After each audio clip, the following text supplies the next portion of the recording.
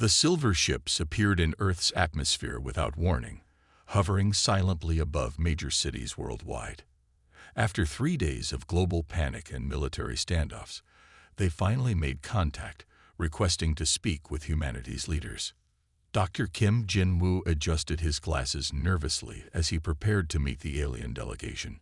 As Earth's foremost xenolinguist, he had spent decades theorizing about first contact scenarios.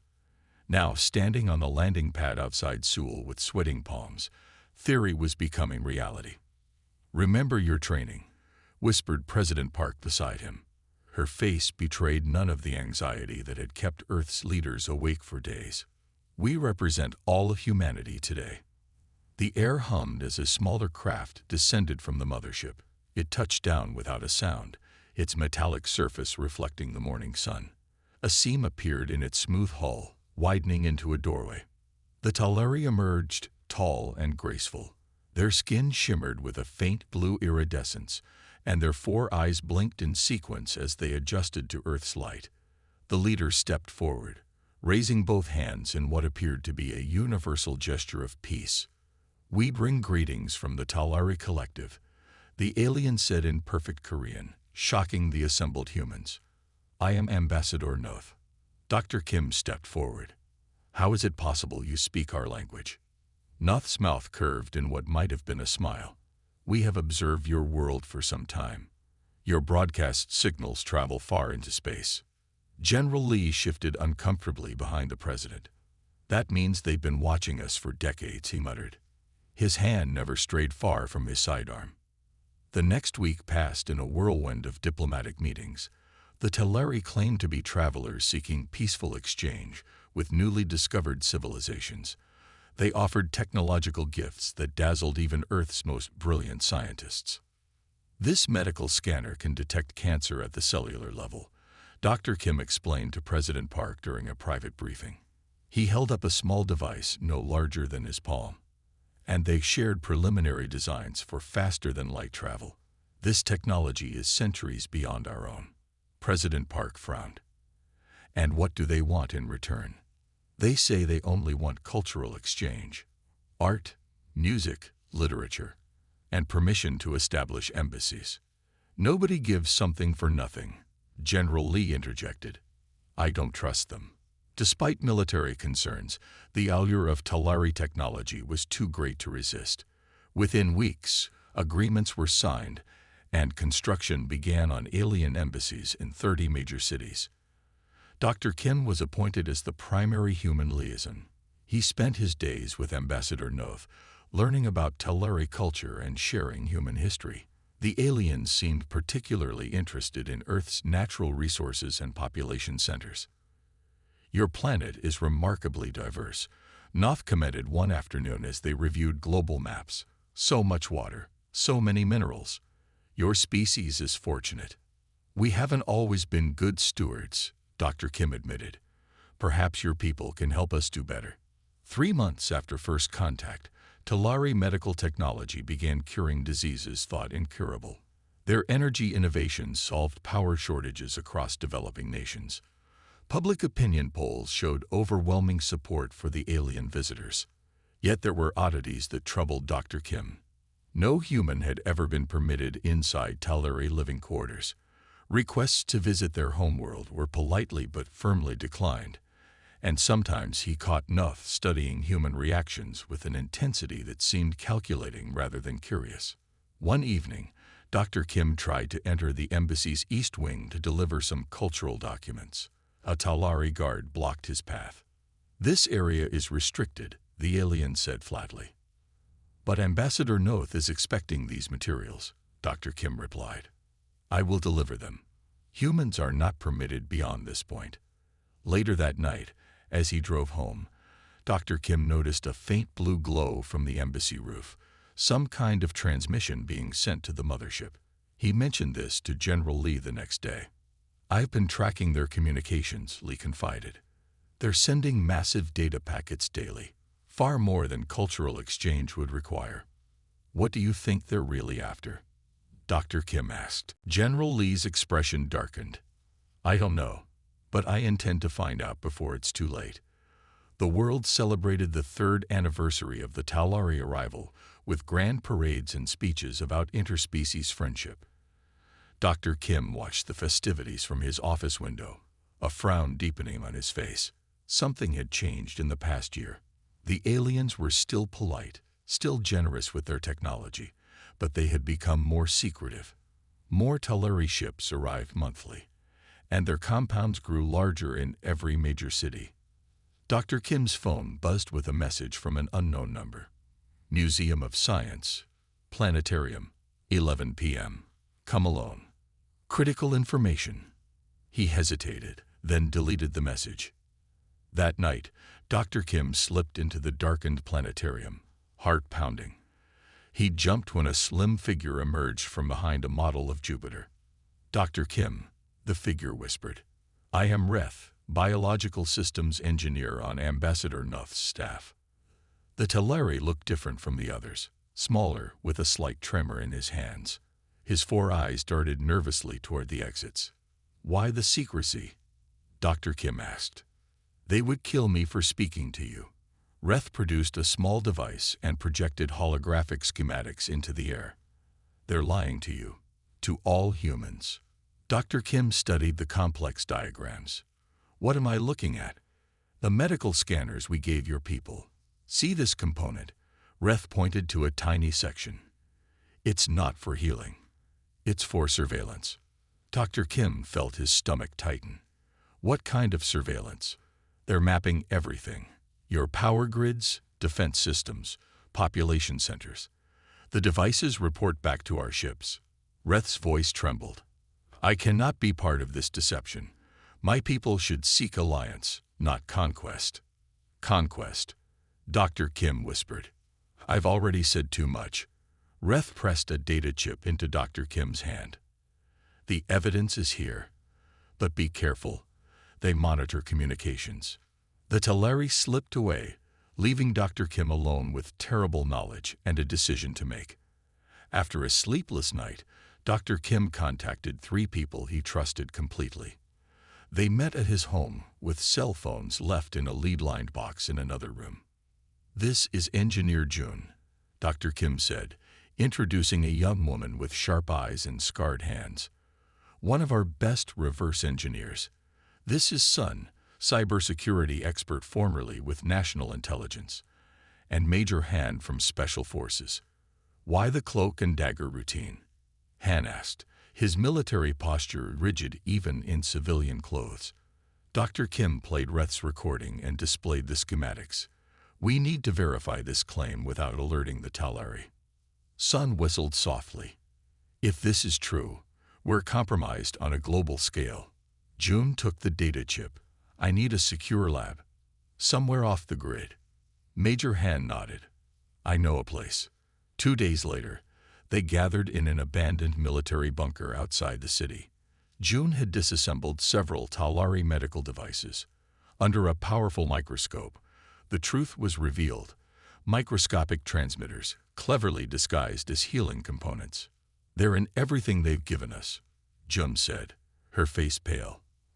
I've confirmed the transmissions. They send data bursts at random intervals to avoid detection. Sun was tracing the signals.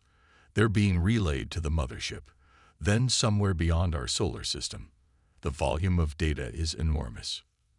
Major Han examined a map showing the locations of all Talari gifts worldwide. They've created the perfect spy network.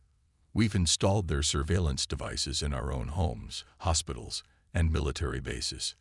Dr. Kim felt sick. What else have they hidden from us? June had been examining the faster-than-light drive schematics. These designs, they're incomplete.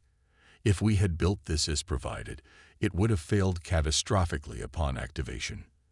They worked through the night, documenting everything. The question loomed over them. Who could they tell? How deep did Talari influence reach into Earth's governments? We need proof that's undeniable, Dr. Kim said finally.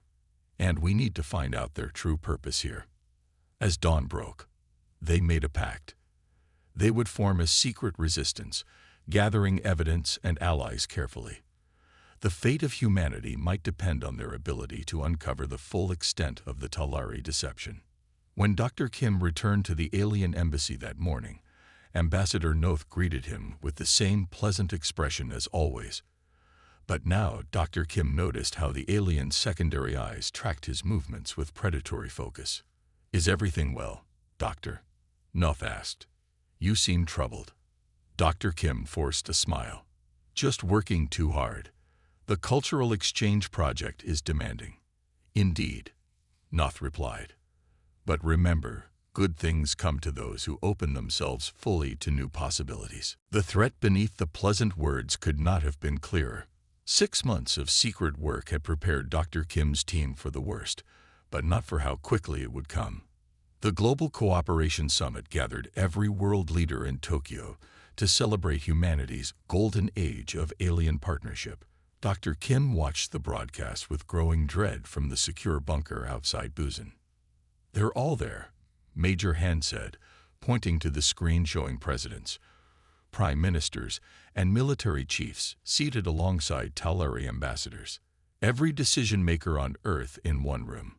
The world leaders wore small translator pins, gifts from the Talari.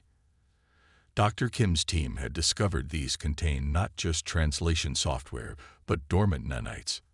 Engineer Jun burst into the room. "Signal spike. All Talari devices worldwide just received an activation code."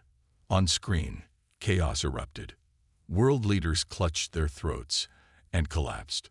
Military chiefs fell to the floor, bodies rigid. The Talari ambassadors stood calmly, watching the humans struggle. "It's happening," Dr. Kim whispered. "The invasion has begun." Across the planet, reports flooded in of massive Talari warships appearing in the sky.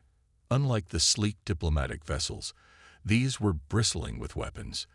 They positioned themselves above military bases, power plants, and communication centers. Sun's monitoring equipment lit up. "They're activating everything. The medical devices, the energy systems, even the water purifiers they gave us, all releasing some kind of compound." Major Han grabbed his secure phone. "We need to activate the countermeasure now." Over the past months, they had secretly modified the Busan military base's systems with filters and electromagnetic shields. They had warned the base commander, who had taken the incredible risk of believing them. Now, as Talari weapons powered up worldwide, Busan remained operational while other bases fell silent. The global broadcast signal was hijacked. A new Talari appeared on screen, wearing ornate armor instead of the simple robes of the ambassadors.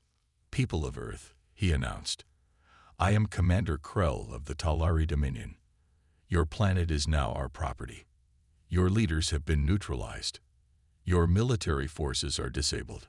Resistance is futile." Dr. Kim turned to his team. "We have to move fast. Sun, broadcast our warning message on all frequencies.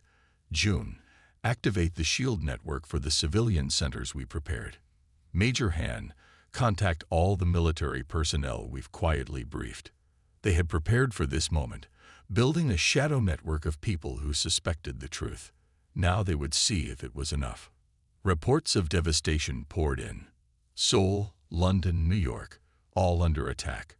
Civilian casualties were massive as the Talari targeted infrastructure. Major Han's radio crackled. "This is Busan Command. We're operational and defending. Confirmed hits on 2 Talari ships. Requesting instructions. Hold position," Han ordered. "Protect the civilians in your sector. We're activating other resistance cells now." Outside, the sky turned red as a Talari warship descended toward their bunker. Their security had been compromised. "They found us," Sun said, frantically copying their research to portable drives. "We have minutes at most." Dr. Kim grabbed the emergency pack they'd prepared. "Split up. Meet at the backup location in 48 hours. If they capture one of us, they can't get everyone." The bunker shook as the first Talari energy weapon struck nearby. Dust rained from the ceiling. "Go," Major Han shouted, drawing his weapon. "I'll hold them off." Dr. Kim hesitated. "Han, Someone has to. This is what I trained for. The soldier smiled grimly. Someone needs to tell the world what's happening. That's you, Doctor. June grabbed Dr. Kim's arm. He's right. We have to save the countermeasure plans. They fled through the emergency tunnel as explosions rocked the bunker behind them. The night air was filled with the sound of screams and energy weapons. In the distance, the city burned. Dr. Kim paused at the tunnel exit, looking back at what had been their safe haven, now engulfed in Talari weapons fire. He knew Major Han wouldn't survive. This isn't over, he promised the night sky, where Talari ships now blocked the stars. This is just the beginning. Kilometers away, in the Busan military base, Korean fighters took off to engage the Talari ships. They were vastly outmatched, but they had something the aliens hadn't expected. They were ready. The element of surprise gave them their first small victory, as two Talari ships crashed into the sea. It would be the first battle in a long war, but humanity had one thing the Talari hadn't counted on: the will to survive. The Exodus ships were never meant for deep space travel. Mining vessels, cruise liners, and hastily retrofitted cargo containers carried the desperate human survivors away from Earth. Dr. Kim watched from the viewport as another overcrowded ship docked at the Mars colony, its hull showing scorch marks from a close encounter with Talari patrols. 6 months had passed since the invasion. Earth was now a mining operation, with remaining humans forced to work extracting resources for the Talari Empire. Those who had escaped to Mars and the asteroid belt were the lucky ones. Another 1,000 refugees, Sun reported, checking the manifest. Mostly scientists and engineers from the European sector. The Talari are executing anyone with technical knowledge now. Dr. Kim nodded grimly. Get them processed and find out who has useful skills. We need every mind we can get. Their resistance headquarters occupied an abandoned mining facility in the asteroid belt. Hidden among thousands of similar rocks, it had become humanity's last command center. Representatives from surviving military units, scientific teams, and civilian groups formed a council that Dr. Kim reluctantly led. Any word from Earth? He asked. Sun shook her head. Our last operative went silent 3 days ago. But before that, they reported the Talari are building something massive in the Pacific Basin. The door slid open, and Engineer June entered. Her face was thinner now, with new lines around her eyes, but they still burned with the same intensity. I need to show you something, she said without greeting. It's important. She led them to her laboratory, where a captured Talari communication device lay disassembled on the workbench. Around it were instruments measuring various energy outputs. You know, we've been studying their communication systems, Jum said, activating a holographic display. We couldn't understand how they coordinate attacks so perfectly across vast distances. Now I know. The display showed wave patterns pulsing in complex sequences. Quantum entanglement? Dr. Kim asked, remembering his physics. Yes, but with a twist. They use a specific carrier frequency to stabilize the entanglement. June pointed to a particular wave pattern. This one. It's like a signature in everything they build. Sun leaned closer. What does that mean for us? June smiled for the first time in months. It means we can disrupt their entire network. If we broadcast interference on this exact frequency, we could blind them temporarily. Dr. Kim felt hope stir in his chest. How temporary? Long enough to strike, said a new voice. They turned to see Captain Han enter the lab. Everyone stared in shock. You're supposed to be dead, Dr. Kim finally managed. Han's face bore new scars, and he walked with a slight limp. I nearly was. The Talari took me prisoner instead. I escaped during transfer to a labor camp. After emotional reunions and security verifications, Captain Han joined the Resistance Council meeting. He brought valuable intelligence from his time in captivity. The Talari have a central command ship for each sector, Han explained, marking locations on the star map. They're vulnerable during resource transfers, My team has been conducting raids on their mining operations. Han's guerrilla forces had been striking from hidden bases on Earth's moon, capturing Talari technology with each raid. His latest mission had seized a weapons cache that included portable energy cannons. With June's discovery, we finally have a real advantage, he continued. We disrupt their communications, then hit multiple targets simultaneously. The plan took shape over the next weeks. Small, fast ships were outfitted with June's frequency disruptors. Fighters were armed with modified Talari weapons. They would strike at the heart of the invaders' operations. The night before the first coordinated attack, Dr. Kim found June working late in her lab. "You should rest," he said. "Tomorrow will be challenging." She didn't look up from her calculations. "I keep thinking about Earth. My family was in Seoul when it fell." Dr. Kim placed a hand on her shoulder. "We'll take it back. Not just for your family, but for everyone they've taken from us." "Do you really believe that?" she asked, finally meeting his eyes. "I have to," he replied. "Otherwise, what are we fighting for?" At dawn, the Resistance fleet departed from hidden docks across the solar system. Small, nimble ships against the might of an interstellar empire. Their mission wasn't to win the war in a day, but to prove humanity wouldn't surrender without a fight. As his command ship accelerated toward the first target, Dr. Kim thought about how far they had come from those first suspicious meetings with the Talari. They had lost their planet, but they had found something perhaps more valuable: unity of purpose. For the first time in human history, there were no nations, no borders, no divisions. There was only humanity against the stars. The Resistance shipyards hidden in the asteroid belt hummed with activity. What had started as desperate raids had evolved into a sophisticated operation. 2 years of fighting had taught humans to adapt Talari technology to their own purposes. The new hybrid ships were smaller than Talari vessels, but incorporated their stealth systems and weapons. Dr. Kim walked through the hangar, inspecting the fleet that represented humanity's last hope. 50 ships, each carrying the dreams of the survivors. Engineer June met him by the command vessel. "The neural disruptor is installed on all ships," she reported. "We've tested it against captured Talari systems. It works perfectly." Dr. Kim nodded. "And the jump gate coordinates?" "Captain Han's last raid was successful. We have the exact location of Talari Prime and the access codes for their transportation network." It had been Captain Han's most daring mission yet, infiltrating a Talari command ship to steal the coordinates of their homeworld. The information had cost the lives of half his team, but it gave humanity a chance to strike at the heart of their enemy. That evening, Dr. Kim addressed the assembled fleet crews. Faces looked up at him, tired, determined, carrying the weight of Earth's fall and the hope for its liberation. "For 2 years, we've fought from the shadows," he began. "We've survived when they expected us to surrender. We've learned their weaknesses when they thought us primitive. Now we take the fight to them." He activated the holographic display showing their target, Talari Prime, a blue-green world orbiting a distant star. "We strike at their homeworld," Dr. Kim continued, "not for revenge, but for our future. If we can disable their command structure, their forces on Earth will be cut off.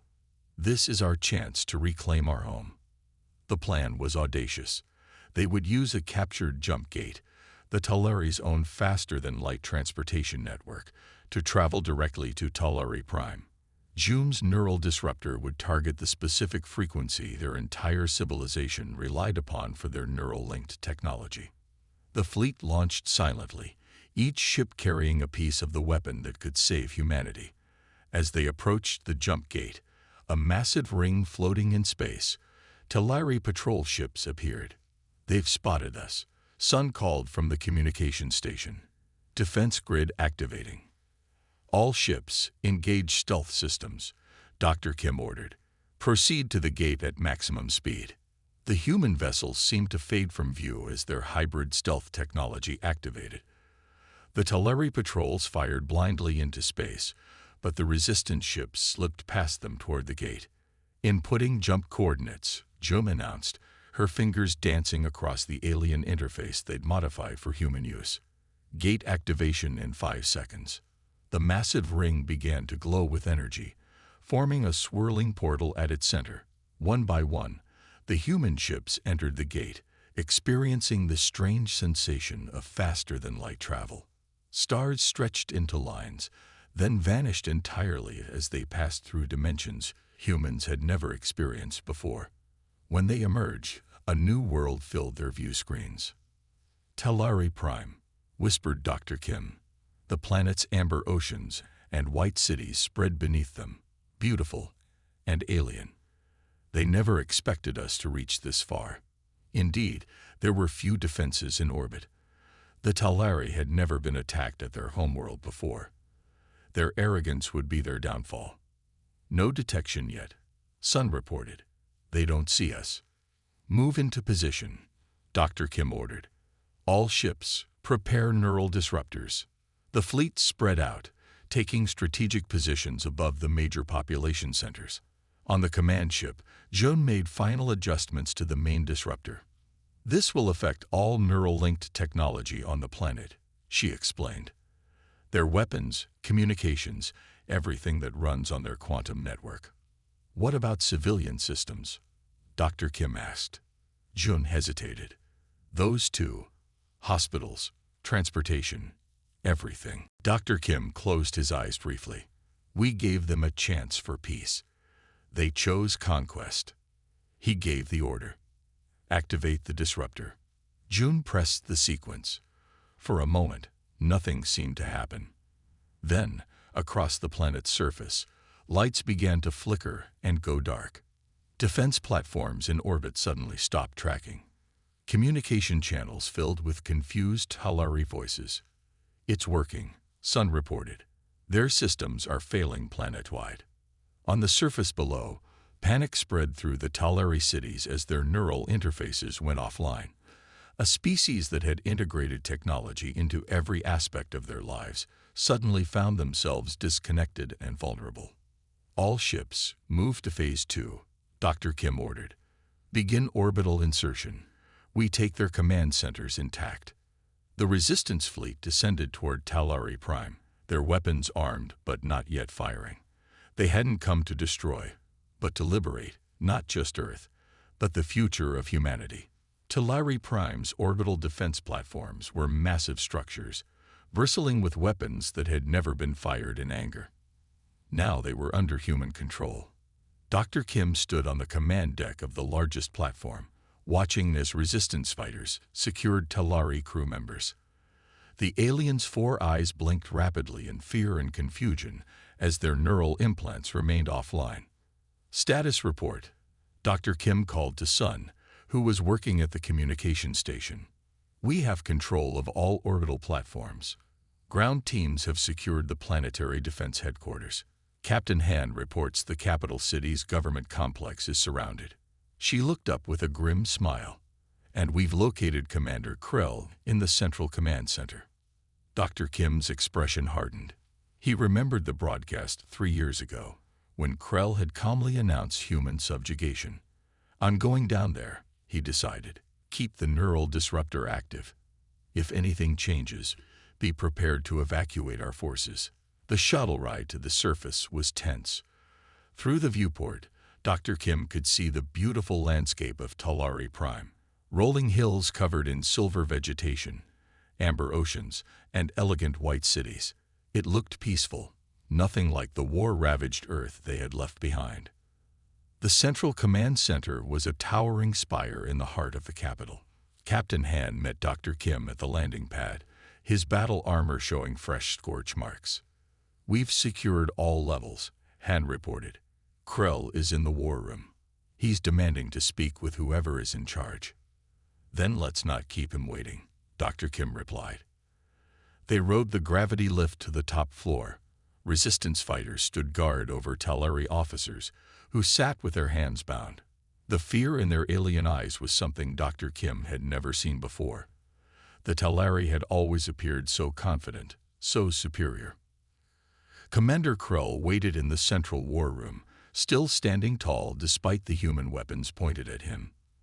His ornate armor was dull without the power of the neural network to illuminate it. Dr. Kim, he said, I should have eliminated you when I had the chance.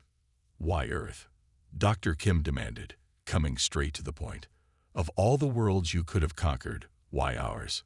Krell was silent for a long moment, then gestured to the control panel. Activate historical record T-393. Captain Han carefully enabled the system while keeping his weapon trained on the commander. A holographic display appeared, showing a planet much like Talari Prime, except the oceans were boiling and the cities were crumbling. Our homeworld was dying, Krell explained. Centuries of technological advancement poisoned our environment. We became a nomadic race, conquering worlds to survive. His 4 eyes focused on Dr. Kim. Yours was most similar to what we once had. The perfect replacement. You could have asked for help, Dr. Kim said. We would have shared our world. Krell made a sound that might have been a laugh. Your species cannot even share with itself. We watched your wars, your poverty, your divisions. You were technologically capable but spiritually primitive. An alarm suddenly blared through the command center. Sun's voice came over the communication system. Dr. Kim. Emergency on Earth. The Talari fleet commanders have initiated self-destruction sequences on all orbital vessels. Screens around the war room activated, showing live feeds from Earth. Massive Talari ships were beginning to glow with unstable energy as their power cores overloaded. What have you done? Dr. Kim grabbed Krell by his armor. If we cannot have Earth, no one will, the commander replied calmly. The explosion will ignite your atmosphere. Your victory will be meaningless. Dr. Kim released him and rushed to the communication panel. June, are you seeing this? Engineer June's voice came through, tense but controlled. Already working on it. I'm using our control of the jump gates to send emergency shutdown codes. But I need the override sequence. Dr. Kim turned back to Krell. Tell me the shutdown code, or both our species lose everything. Krell remained silent, his alien face unreadable. Captain Han stepped forward, pressing his weapon against Krell's head. Your people on Talari Prime will die too when we retaliate. Is that what you want? Something shifted in Krell's expression. The sequence is Omega Talari Prime Genesis. Dr. Kim relayed the code to June. Tense minutes passed as they watched the ships around Earth grow brighter. It's working, June finally reported. The self-destruct sequences are aborting. I've managed to stabilize most of the ships, but 3 exploded in low orbit. Atmospheric damage is minimal. Relief washed over Dr. Kim. Earth would survive. He turned back to Krell. Your empire is finished, Commander. But your people don't have to be. We're not like you. We won't destroy what we don't need to. Krell looked at him with all 4 eyes. Then what happens now, Dr. Kim? Now, Kim said, looking out at the beautiful world the Talari have been willing to sacrifice Earth to possess, we begin the hard part. Peace. The silver leaves of Talari trees rustled in the warm breeze as Dr. Kim climbed the hill overlooking New Seoul. 6 months had passed since the liberation, and already the valley below bustled with human activity. Prefabricated buildings formed neat rows along the Amber River, while construction crews worked on permanent structures using local stone. Children played in parks that just months ago had been alien gardens. Dr. Kim paused to catch his breath. At 52, the higher gravity of Talari Prime still challenged him. The younger colonists adapted quickly, but those who had spent decades on Earth found their muscles aching at the end of each day. Beautiful evening, said a voice behind him. Dr. Kim turned to see Captain Han approaching, carrying 2 cups of steaming tea. Despite the peace, Han still wore his sidearm. Old habits died hard. The council meeting finished early. Dr. Kim asked, accepting the offered cup. Han nodded. The water reclamation project was approved, and the Talari representatives actually supported it. That was progress. After the war, humanity had claimed Talari Prime as compensation for Earth's devastation. The surviving aliens were restricted to the southern continent, with limited self-governance under human oversight. It wasn't perfect, But it was more mercy than they had shown Earth. "How are things on the southern continent?" Dr. Kim asked. "Tense but stable. Their population is adapting to life without their neural network." Han sipped his tea. "Some of their scientists are working with June on environmental restoration technologies for Earth." Earth. The word still brought pain. Though the planet survived, it would take centuries to heal from the Talari mining operations. Some regions might never recover.